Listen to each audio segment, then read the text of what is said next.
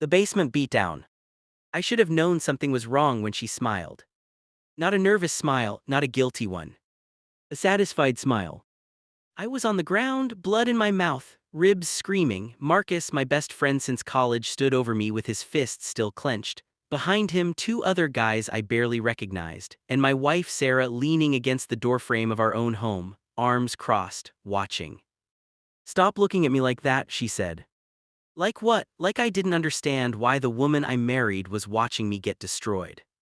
Marcus kicked me once more, not hard, just enough to remind me I was powerless. Then he leaned down, his breath hot against my ear. "She was never yours, man, you were just convenient." I remember the sound of their laughter as they left. I remember crawling to the bathroom. I remember seeing my face in the mirror, swollen, broken, unrecognizable. But what I remember most is her face in the doorway. That smile. 3 cracked ribs, fractured jaw, concussion. The hospital asked questions, I said I fell, they didn't believe me, I didn't care.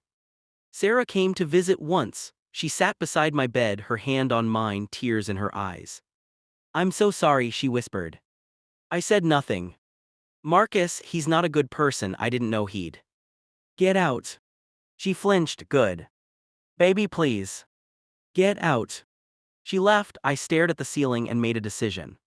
I wasn't going to scream, I wasn't going to rage, I wasn't going to beg for answers. I was going to disappear. 2 weeks later I was gone. No forwarding address, no goodbye. I sold everything, closed accounts, severed every digital thread that connected me to that life. I moved 3 states away, changed my number, started over. People think revenge is loud, they think it's confrontation and justice and closure. They're wrong. Revenge is silence. Revenge is becoming someone they can't touch. Revenge is living so well that their memory of you becomes a ghost that haunts them. I worked, I trained, I built a business from nothing, something I'd always talked about but never had the courage to do. Turns out when you have nothing left to lose, courage is easy. Within 2 years, I'd made more money than I ever had in that old life. Within 3, I was unrecognizable not just physically but fundamentally, stronger, sharper, colder. And I started watching.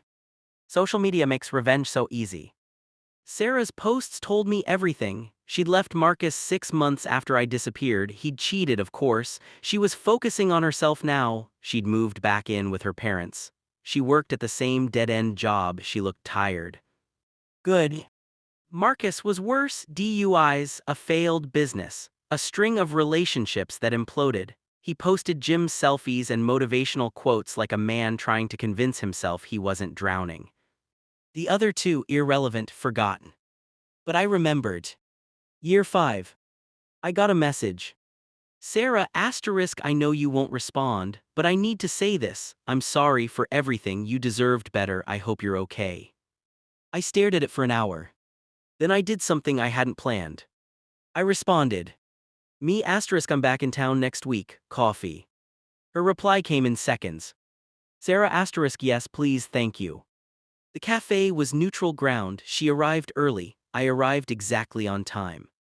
She looked older, worn. She stood when she saw me and I watched her face cycle through shock, recognition, disbelief. "Oh my God, you look different." "Yeah." We sat, she couldn't stop staring. "I didn't think you'd ever want to see me again," she said. "I didn't."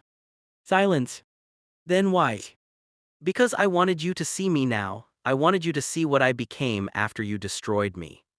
Her eyes filled with tears. I felt nothing. "I was so messed up back then," she whispered. "Marcus manipulated me. He told me you were weak, that you'd never amount to anything, that I deserved better. And you believed him." "Yes." "And you smiled while he beat me." She froze. "I didn't." "You did." Her face crumbled. I sipped my coffee. "I've thought about that moment every day for 5 years," I said. "Not the pain, not the betrayal, just that smile. I needed to understand it, and now I do." "What?" "You enjoyed it, not the violence, but the power, watching me helpless while you chose him, that's what you smiled about." "No." "Yes." I stood. "I didn't come here for apologies, Sarah. I came here to show you what you lost, and to tell you that I've already won." I placed an envelope on the table.